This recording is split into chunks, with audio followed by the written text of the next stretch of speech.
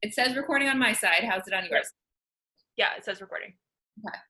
So, just for the audience, I've been watching too many beauty tutorials, and this is what happens. The hair is completely different. Makeup's done.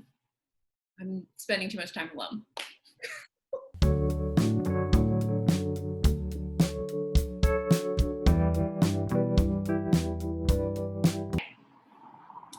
Cheers.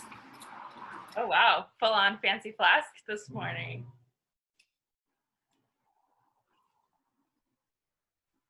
I'm Coco.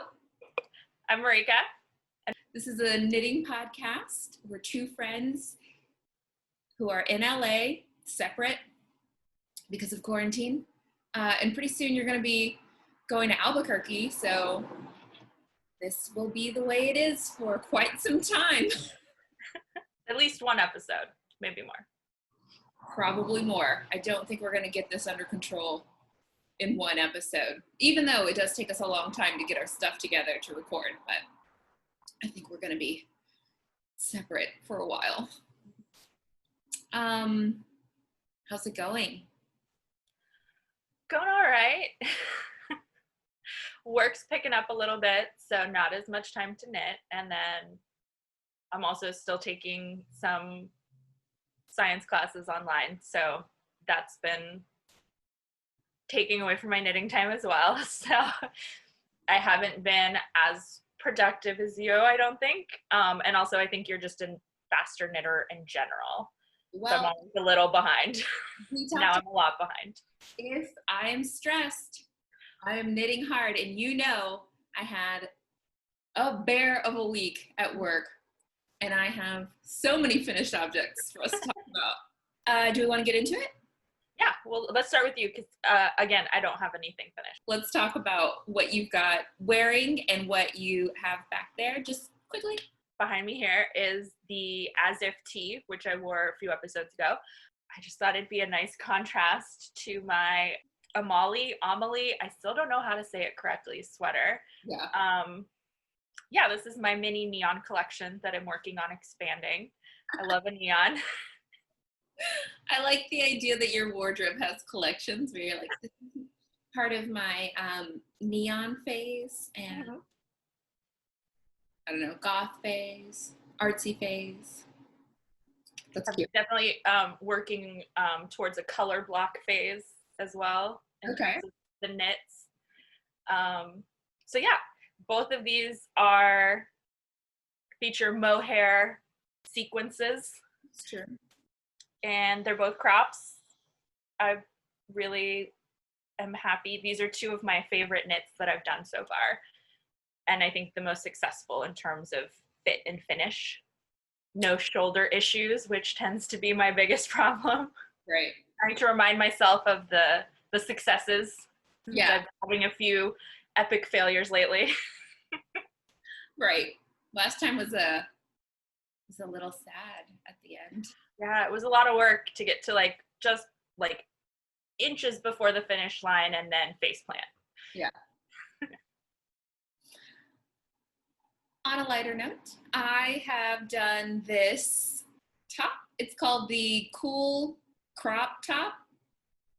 Pretty much if it has crop top in the name, I'm probably going to knit it. It's a free pattern from Paintbox yarns, I believe. I'm woefully unprepared today, so I might have to look some things up. But I'm trying to get the dog to chill out. Okay. Ooh. So I like it. And then let's see. I just had to check what my undergarments were before I turned around because it's got an open back. I wish that I had a better setup for when I turn around, but so this is the back. Oh, wow. Okay. Nice. Let me just say, this was one of the most harrowing knitting experiences I have had yet. Yeah, I got a few texts while this was in process. Yeah, yesterday's, I hate seaming. Yeah.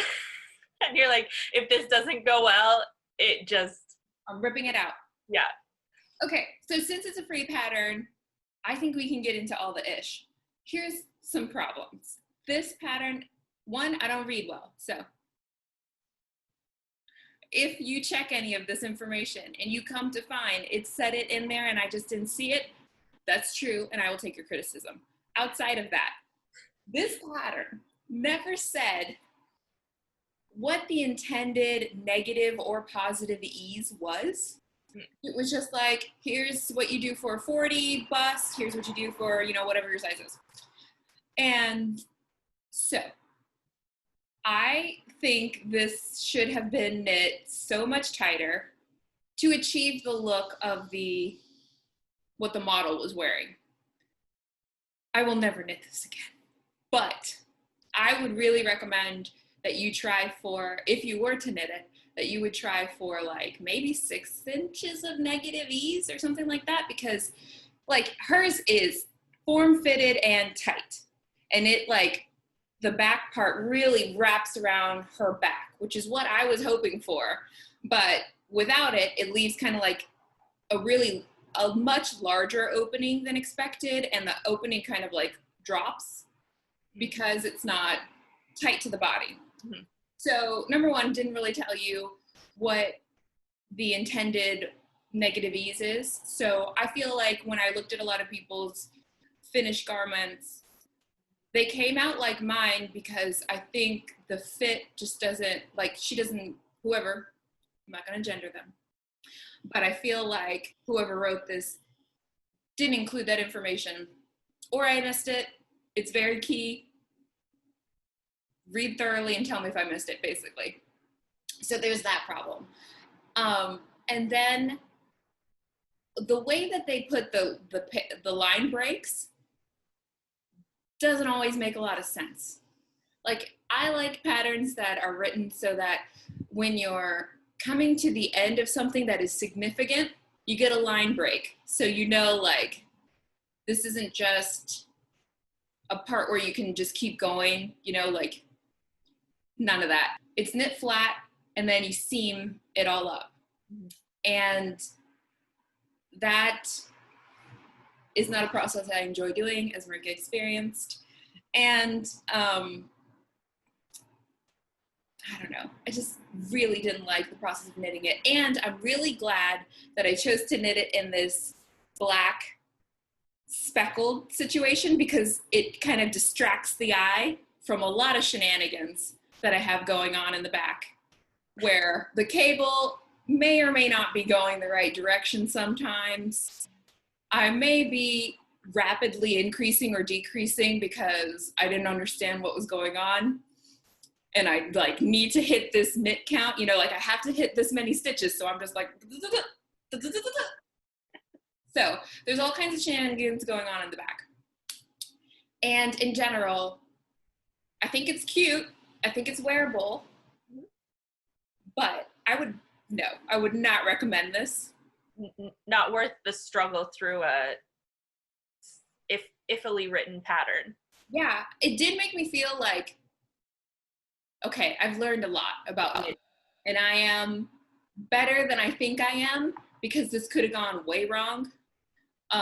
Especially in the back, I was so sure I had twisted it, and because you saw in the back how it's a flat panel and then there's 2 sides that come up and touch each other.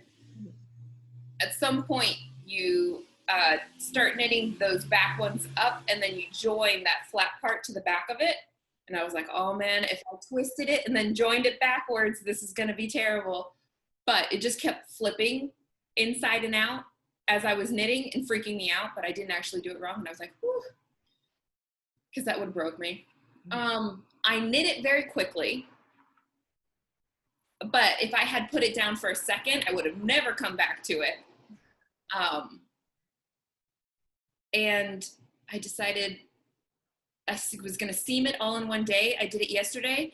I took my husband to work. He worked a full 8-hour shift, and I only finished it like 20 minutes before I had to go pick him up. So it was 7 hours of me putting this shirt together. And I know if you're like good at stitching, maybe that's not as much of a problem, but like I had to take breaks. I had to give myself pep talks. I had to like really motivate myself like I'm running a 9-mile thing in order to get me through the shirt. So never again. No. The yarn is Cascade Roslyn. It is a silk and wool blend. It's very lightweight. It's not very cool. I'm feeling very warm, but it's not heavy on the body.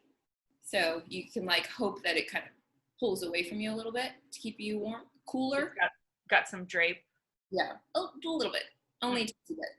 So I know that Cascade is very controversial, but I purchased this yarn because I wanted to give some love to my local yarn shop, the Knitting Tree, here in, I don't know if it's Compton or Crenshaw, but anyways, down here where I live in LA, they just happened to have this yarn. I didn't go in there with a plan. I was just like, I'm gonna find something I can work with. So I didn't have a pattern. I didn't have a yarn in mind. I just wanted to patronize them. Is that how you say it? Because it sounds like like patronizing people isn't a good thing. Patronize? No, that's even worse, right? I don't know. But I wanted to give them money. So no, I think it turned out great. I like the pattern. I think you would do the pattern because you would be like, I understand what you're trying to do here, and I will fix your stuff for you. Yeah, I guess I should have been clear. In terms of pattern, I like the way the yarn knit up. Okay, sure. The pattern of that yarn formed, I guess. Yeah. But yeah, no, I think it's good, you know. It's now part of your wardrobe. You've got one. So I can forget everything that happened during the process. Yeah, check it off, move on. I'm so mad about it though. You could write them and be like, hey, helpful hints if you guys want to do another version of this pattern. I'm sure they're like, homie, it's free. That's true, yeah. Like, and to their point, it was. But it was a little harder than it needed to be. And it's not an easy pattern to begin with, I think. There's a lot you have going on, like especially when you get to the back. A lot of stuff is on hold, a lot of stitches are flying around. Mm-hmm. So I just think they could have made it a little easier by adding some line breaks and doing things like that. Yeah. So that's that one. Are we gonna go back and forth, or how do you want to do this? I have 1, 2, 3, 4. I've got 4 finished objects and 2 works in progress that I could talk about. We don't have to talk about everything. Okay, I have 3 works in progress, basically. Okay, so one of them is keeping on the seaming trend is the Cristabel, which I went back to New Mexico to visit my parents for the 4th of July. And took the Cristabel with me so I could fit it on my mom, make sure everything was working out. So I blocked it there and started seaming it. I still have to finish seaming it. All I've gotten so far is the side seams of the front. How do you feel about seaming? It depends on where the seaming is occurring. So like the reason this seaming is done on the sides is because it's the easiest. So it's like 2 knit edges up, you know, and it's very easy to see the legs that you have to pull from each side if you're doing a mattress stitch. And it's very easy to see like, okay, they need to meet up here, they need to meet up here. Like it's a lot simpler to gauge your seaming and make sure everything is lining up correctly. I do not like this yarn to seam in. That's what I was wondering. This is we don't like you. No, I'm just kidding. No. It's just like, it's not a smooth yarn. Yeah, I bet it grabs when you're trying to pull. Yeah, it's really hard. Like for knitting, I definitely had to knit at a looser tension than I normally would. And then for seaming, it's hard to, like, you have to, normally if I was doing like a mattress stitch, you know, probably do like 5 to 10 stitches and then pull it to close everything securely.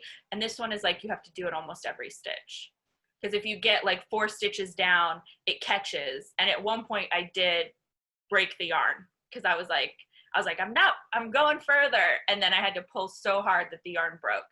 And this is Brooklyn Tweed. Yes. Yeah. So now I'm working on and then going to like, so now I have to do the top shoulder seams and then add the sleeves in. And so the shoulder seams are really difficult because it's a lot, you're binding off. And so you don't get a straight line. It's harder to tell where your legs are to seam it together. So that hasn't been done yet.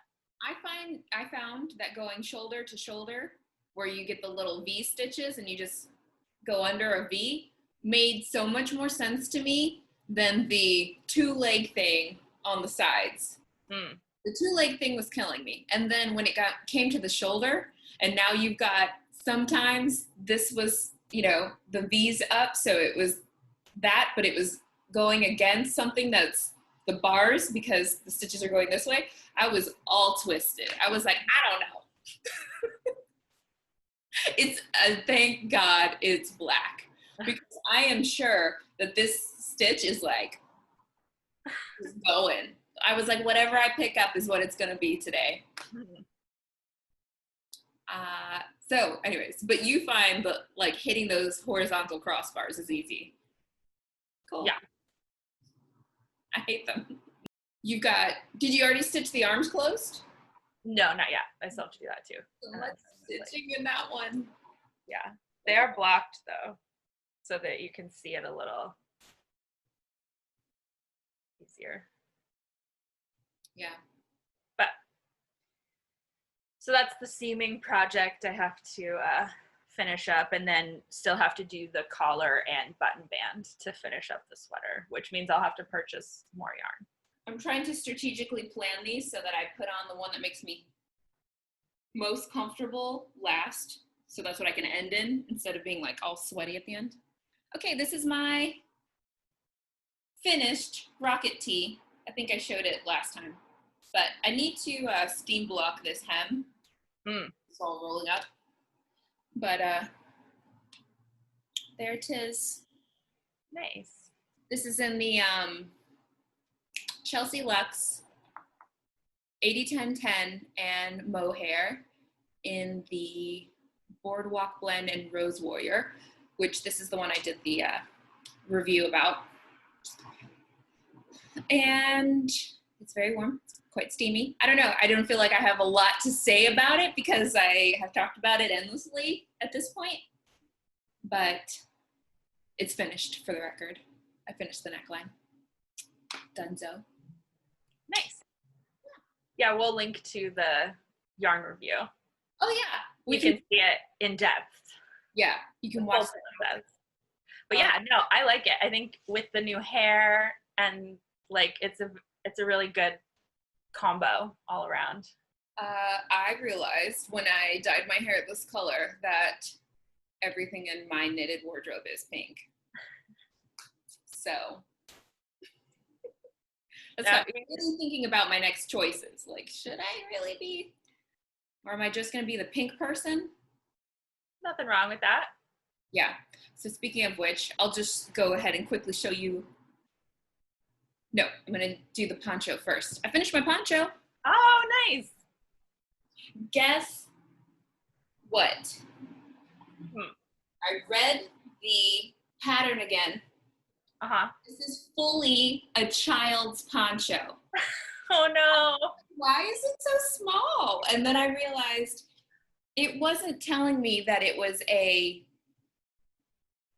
kid sizes and then small, medium, large, and extra large. It was telling me that this is for a 10 to 14-year-old child, and you can do a small, medium, or a large, extra large. And I was like, that's a big thing to have missed. So wait, but in the pattern, did it also have the adult sizes, or did you buy the kids pattern? No, I don't think it's for adults. I think it's only for kids. But And there are adults wearing it, right? On Ravelry? No? our children. Let me just tell you, if you're knitting this for your children, that's a lot of work. You really love your kids, because That's a big investment. this is the better part of a full year. And I don't know if I'm doing this for a child, you know what I mean? So this is it finished, and I did the extra large. So just so you know, if you are a 5'4" woman who weighs more than you'd like, and you can fit into the child's extra large, and it'll be fine. So it kind of goes from elbow to elbow if I plan it right, like if I plan it the right way. So yeah, it's like a nice little kind of like capelet. it is a little capelet, but it's for a child. This was done in the Purl Soho line weight, which Marika's Amali that she's wearing right now is the Purl Soho line weight. And I'm gonna do hopefully my Amali, whatever. We're gonna work on it. By the time I knit mine, hopefully we'll have decided on what we're gonna call it, and we just won't question ourselves anymore. But I also have line weight for that because I love Marika so much. But this is it, just finished. So I think though you could knit this pattern as an adult. All you have to do is keep adding the repeat. So it tells you to knit it 11 times. I think you could just keep doing it until you get it as big as you want it to, because all you do is fold it in half and you seam it up here. And because I was so into seaming, I did this yesterday. I seamed it yesterday. And I was like, let's just get it all done now. Like, as if I'm never gonna have to seam again in my life. But I just had to seam it and then do the ribbing on the side. Mm-hmm. The lace blocked out really nicely. I know, right? I will say I could have used, I don't have blocking wires, but I guess this is where it could be useful.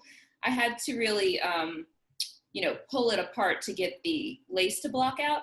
And because of that, there's like these little, you can see here and here where the pins were pulling it out. And I think I could like wet block it one more time and just let it sit, or I could maybe like steam the edge and let that go. I was debating on sending this to my mom, but I don't know. Now that I know that it's a child size, I'm not sure. She is a small lady. It might work out, actually. Yeah, your mom is pretty petite. My mom's very small. I don't know. Maybe I just won't tell her it's for a kid size. Yeah. So I'm I feel very proud of this one. Yeah, I think it turned out really nice. And that color has always been fantastic. I don't remember what the color is called, but it will be in the show notes. So, do you want to talk about one of yours? Yeah, I can move on to. Oh my God, I love ponchos and capes. I love them so much. I was just sitting here with my arms tucked in it, and I'm like, oh, I'm gonna start sweating in 10 seconds, but I love them so much. So I'm still working on my Secret Garden socks. Yes. So this is sock 1. I've gotten to the point where I'm at the heel flap to start the heel flap. So this is where we've gotten to so far. Gosh, you've done so much. So have you tried them on yet? No, because I haven't taken them off these like tiny little needles, this tiny little circular needle to try them on. But I mean, I've kind of like stretched them and they'll be fine. But yeah, so again, this is the first pair of socks I've ever knit. The pattern's been pretty easy to follow so far. I've just been following the suggested repeats for all of the lace work based off of the level sock you want to do. You know, I think I said before, you can do an ankle sock all the way up to a mid-thigh sock, and I'm doing the mid-thigh. But now that I've gotten to the heel flap section, I'm a little lost And it is a Russian pattern. So I've read through the heel flap section a couple times, and I'm still not quite sure I know what it's asking me to do. It's also, at this point, really highly based off of working on double pointed needles, which I have not done to this point. So it was like at the start, it was like, this is how you arrange your stitches. And since I never did that, I'm trying to now do the math to figure out, okay, how many stitches do I need for the heel flap, and where do those stitches lie in the circle? Right. So that's why this one's kind of gone to the side for a little bit while I try and think and visualize what needs to happen. Yeah. But it does seem to, I bought three of these guys, and I'm still on the first one. So it's been a good bang for your buck. And this is the West Yorkshire Spinners signature 4-ply in nutmeg. See, we're just jamming through it. Here's my fourth one. Okay. Oh my God, it looks so good. I love it. This is the Fukuro Pullover by Whitney Hayward. I haven't even shown you this one, much like the cool crop. And I knit this one in Rowan Softyak DK. Ooh. Which is a cotton and yak blend. It is supposed to be on here somewhere. 76% cotton and 15% yak and 9% nylon. So again, like, I do really like cottons that have nylon in them because I feel like they help keep it from just being super weighed down, and like it helps it hold its structure, I think, a bit more. And then the yak really has a soft, luxurious quality to it. I feel like you would really love this if you could feel it. It's like, it's a little bit drapey, it's light, but it's so soft and lovely. And then the yak kind of, here in the pink, you've got a bit of that, you've seen like gray flecks. And that's all that yak hair that's kind of muting the color a little bit. And then for the stripes, I did these in a MadelineTosh sock that I held double because this is a DK weight sweater. And then after doing the poncho, which is a fingering weight, and I feel like last time I finished, I had done the cardigan and stuff. I did a lot of projects in a row that were fingering weight. And then to do this one in a DK, this was done in like 4 days. I was like, bam, it's just done. Cause it's perfectly straight. So it's just like, when there's no shaping, you just go straight on up. And it's the fastest knit, very popcorn. I read a book while I was knitting it. So I really love this one. It's top of the list of like my favorite finished projects so far because it's, like I said, because of the cotton, it's like super, super good for this weather. It looks kind of like put together. Mm-hmm. It's essentially just a fancy t-shirt. Yeah, very casual professional. Yes. We have very like casual jobs, but sometimes you can slide into just wearing t-shirts and looking like the boys all the time. So like this is a little bit more put together, even though it's just a t-shirt. So it's fantastic. Just love this little piano key detail. And I wanted something very close to what the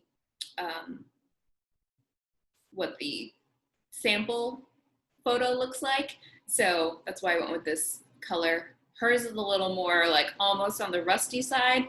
This came out a little bit more pink. This was yarn that I got online, and I was very nervous about the color.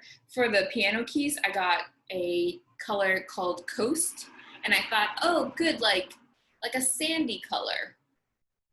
And when I got it in, it was like an aquamarine. So that's the danger of buying yarn online that you've never seen before. And choosing beach names. Beach names can go, they're either tan, white, blue, you never know. Yeah. But this one is called like Stepple, Stepple, Stpple, and then it's black. I love this yarn so much. I thought I was gonna do a yarn review of it, but then I knit it so fast that I just didn't. But and what's the price point on that guy? Like, is it not cheap? Okay, so it's not like this is my new go-to, I'm gonna knit multiple projects out of this. It might be. Okay. My husband, but it is it's $12.95 a ball. This took not all the way to 3 on the bottom. I've got this much left, which is significant amount because the balls are only 50-gram balls. The balls are only 50-gram balls, and then the top took the same amount. So it might take a little more. I think that it took a little bit more than this. So I had to buy 3 and 3 of each, and I will say I got them off of Webs, so they do that bulk discount. If you buy over a certain amount, you get 20% off or something like that. So that was helpful, but it's still, you know, a $60 plus sweater. So I had 6 balls at $12.90, like $10 with the discount. So no, it's not like a go-to. It's not super cheap, and you know, with how much I knit, it does become like I do have to pick some things where I'm getting yarn that's closer to like $5 for 50 grams just by the sheer amount of stuff I knit. If I knit less, then I could spend more on them. So it's not exactly cheap, but it's fantastic. And I would knit anything in DK weight. I would knit it in this yarn, but I like cotton yarns. Well, no, I think it's a good investment piece. It can be a good staple. It's really versatile, and you know, I feel like you're gonna see me in this once a week for probably until it gives up the ghost. I don't know how long that'll take, but it's your summer Tecumseh. Yeah, I mean, this is gonna be good into fall. I feel like because falls are kind of mild. There is at least 6 to 8 months out of the year I will be wearing this shirt. Nice. Anyways, that's it. That's all my finished objects. We're like, bam, done. Awesome. Okay, I can do my last work in progress. So I took the plunge and cast on the trove. Okay. And I did reorder the colors, like from the test swatch. I was like, okay, I think this is the order I want to do them in. And then after seeing the test swatch, I was like, I don't think that order quite works. So I changed it up a little bit. So this is where we're at so far. So the way it works is you do, I'll get it a little closer so you can see everything. You cast on the back panel, okay, and then you pick up the left and the right shoulder, and then eventually they grow together into the front panel, and then I think it comes, you join and then do the rest in the round once you're clear of the arms, is how I'm understanding the pattern so far. I really love the teal yarn. It is so nice. I think it's called the Exquisite yarn from West Yorkshire Spinners again. Got 20% silk in it, and it just makes it so smooth. It also adds definitely a sheen to it. But I think what I really love is just the color. Like, it's such a beautiful, like, rich color. Yeah. And it is, you know, it does mute the accent colors that run through it, but I kind of like that you have to get close to the piece to enjoy all the details of it, but that they do pop enough, you know, that you're still seeing, you know, somewhat of a pattern emerge. Yeah. It's going well so far. It's definitely making me feel a little better, like motivating me to knit more. Good. So, but yeah, I really do love this. The exquisite yarn. And with this pattern, you're going to pick up and knit the sleeves, or do you have to do I think you pick up and knit the sleeves, yeah. So there's not really any seaming involved, really. But the one thing, which I'm like, I don't know if Coco will ever make this sweater, because so I'm a little short of 8 inches into this sweater, and these are all the ends I have to weave in so far. I would have woven them in as I went. That's what they recommend. I just would be like, cut, cut, cut. I don't mind weaving in ends. What Really? I'm doing is seaming. Because weaving in ends, I feel like I can do what I want. It's my own rules. But the seaming is like, you know, if you don't do it right, your stuff looks jacked. You've got like big bunches because you suddenly started to try to make up too big of a gap.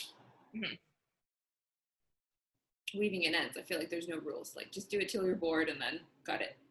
Yeah, I think it's really good. I've entered my, I don't know.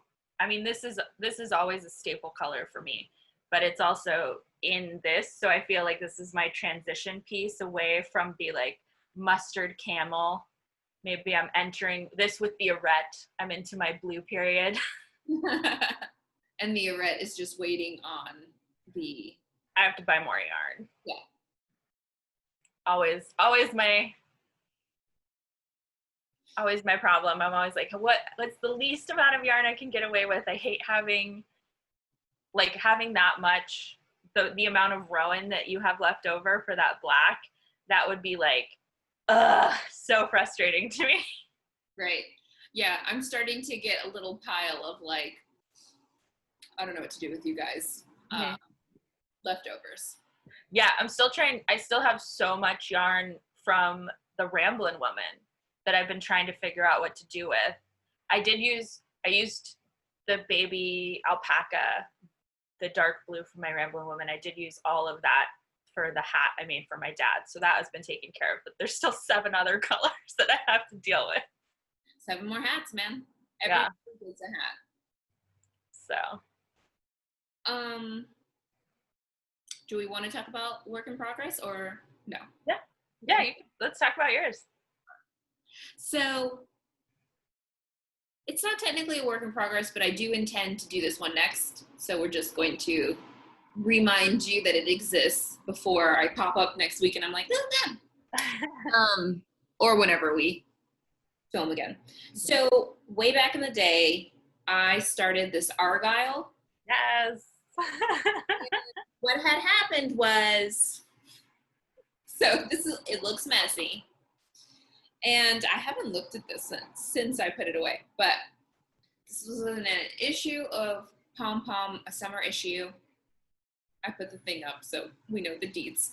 But I think now it's been so long since the summer issue that everything that was in it is now being released by the designers themselves. So you may not need to get that issue of Pom Pom anymore. But it is a good issue. I feel like there's a lot of things in it that people liked. Anyways, so this is a tank top. You'll have seen in the photo, you knit the back first, and then you come over the top, and then you're gonna knit the V for the front. And what happened the first time is that I connected these two, and it got twisted, and then I just left it for dead, and I never picked it back up. So this is in the Quincy & Co. Sparrow in a teal color. And this one is Acid Veil Dye Works. And it's the skinny merino, which I just liked the way that green was popping throughout it. This is gonna be really see-through. Mm. But because I don't know that this yarn, I don't know that the linen part of it's gonna, Fill itself in. expand any. But so I'm gonna pick this back up and I'm just gonna finish it. We'll see what happens. Nice. Because it's a bit of a mess right now.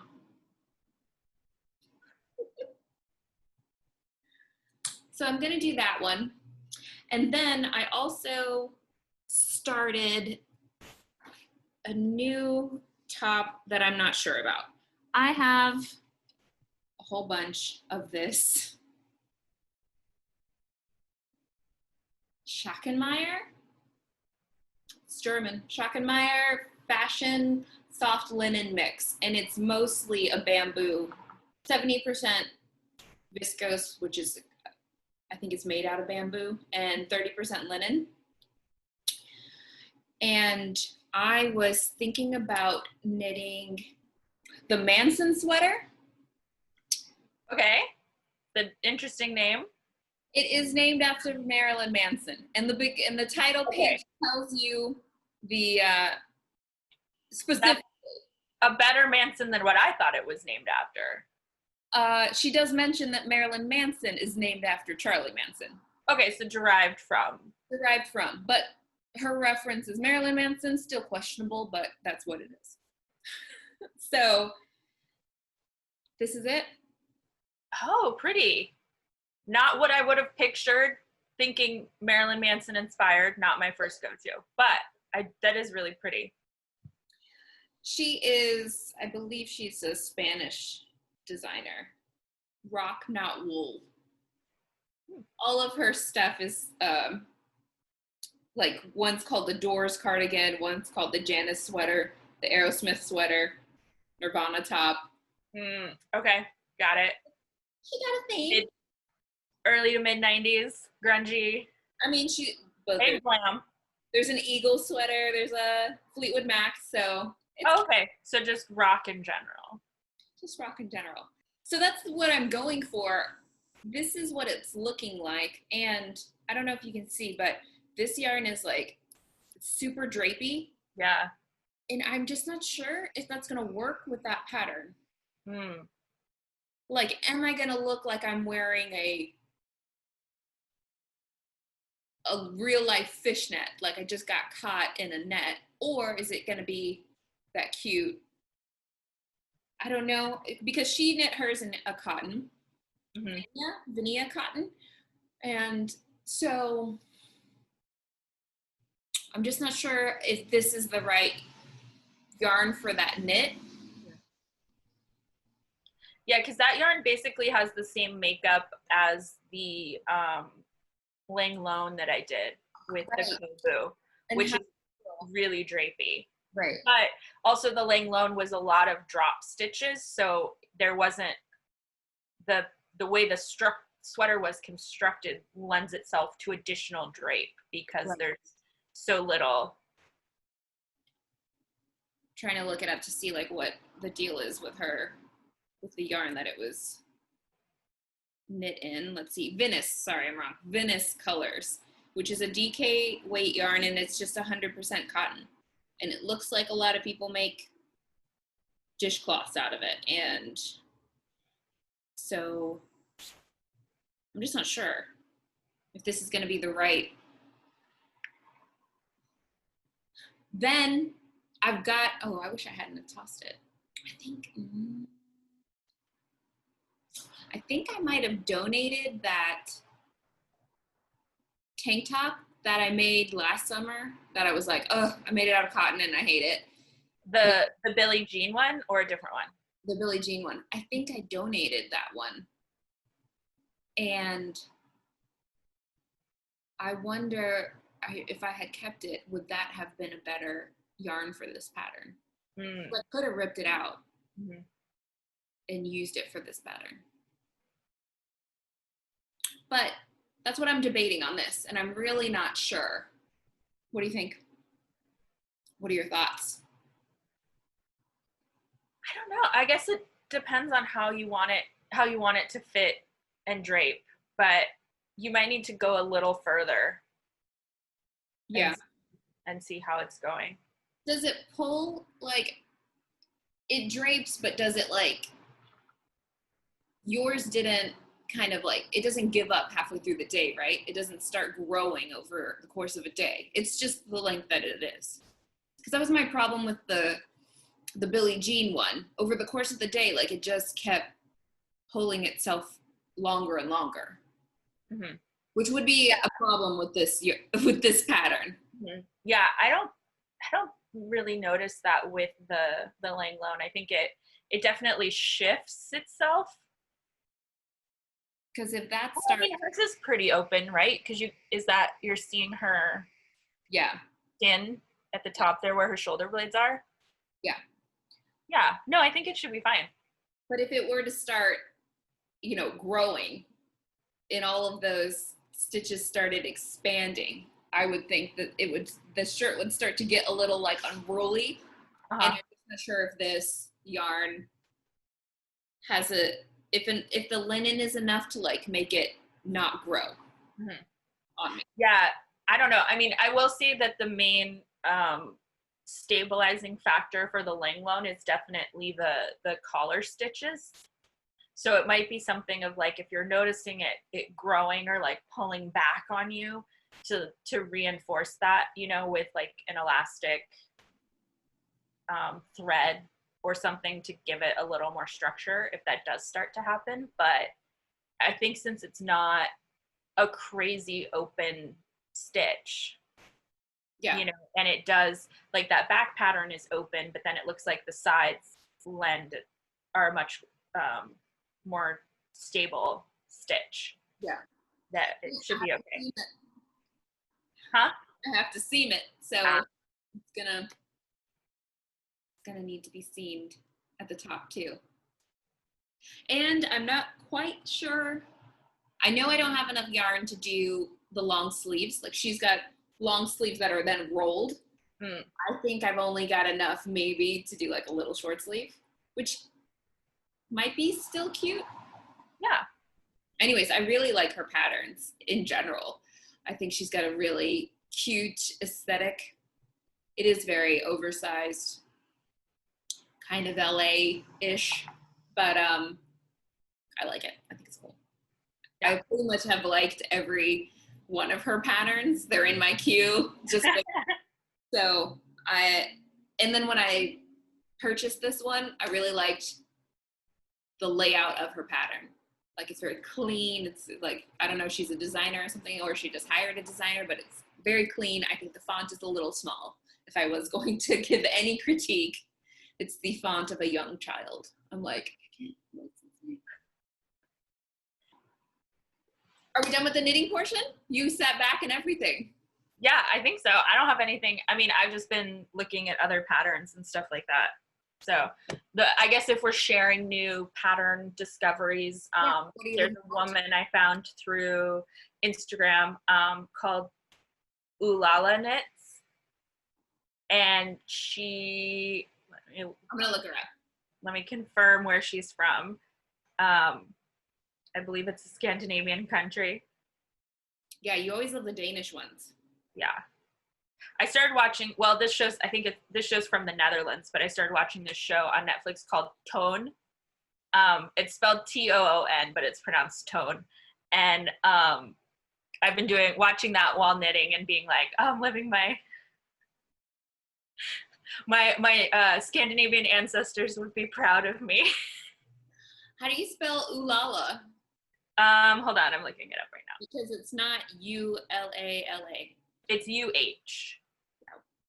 Yeah, Ulala Knitwear. So it's Dina, the knit mom, is the woman who creates all the patterns. But what I really love is the colors she uses. Like, they're very bright. She's into mohair, neon mohair. Neon mohair, yes, which is, like, kind of the only mohair I buy. And I just love, there's lots of ruffles and bubbles and baubles, and they're just really fun, bright knits. So she doesn't have a lot of patterns in English yet. She has a few on her website. But I just love seeing what she's working on and getting ideas for different color combinations and yarns. Like, I'm not a big speckled yarn person, and I think because I just don't understand how that, like, it looks great rolled up in a skein, but then I'm like, it never translates to the garment for me, the look I want from seeing the skein. Like, I want to see that same effect in the garment, and it's always something completely different, and I can never imagine the translation between the two. And so I think seeing some of her stuff is helping me visualize that better, and thinking about ways I could supplement my stash to make garments with what I have, with some very precise purchases. Right. I think that generally I feel like you don't like the lack of control you have over you like the chaotic look when it's in the skein, but then when it starts to knit up, you're like, no, I wanted this color to be here, and there's no way to control that. I think that has something to do with it. And then the colors they kind of like wash together in blocks, and you like those amorphous patterns, but it always comes out in linear speckles, which is not the like kind of shapes you like. You like kind of like, this move, but on the body. Like, let's just doing this to explain, because we can't use words. I'm glad this is a visual medium.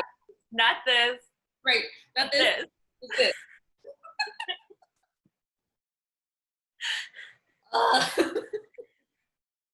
I am a professional communicator, guys. I spent all week writing emails and today, and I'm just like, I don't know, it's like. But you also have a dance background. I feel like it's very natural too. I was noticing when I was doing when I had to talk to a camera only by myself, it was like a lot of like hand motions, and I was like, okay. Every sentence was like.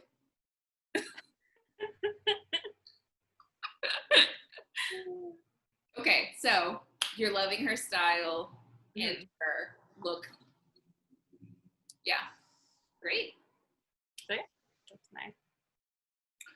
So then on that note, we'll say cheers. Cheers. Happy knitting. Happy knitting. To the non-knitting portion, but.